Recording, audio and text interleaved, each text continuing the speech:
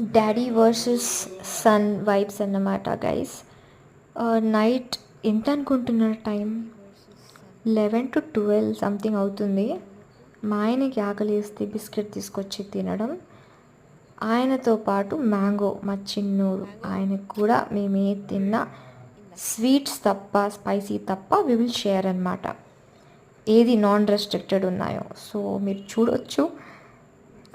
Yeah, night time ఇలా అప్పుడప్పుడు routine ఉంటుంది అనమాట. ఆకలికి ఏ టైం ఉండదు కదా.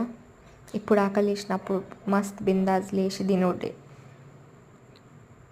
అండ్ మా ఇంట్లో ఏదో ఒక స్నాక్స్ ఉంటుంది.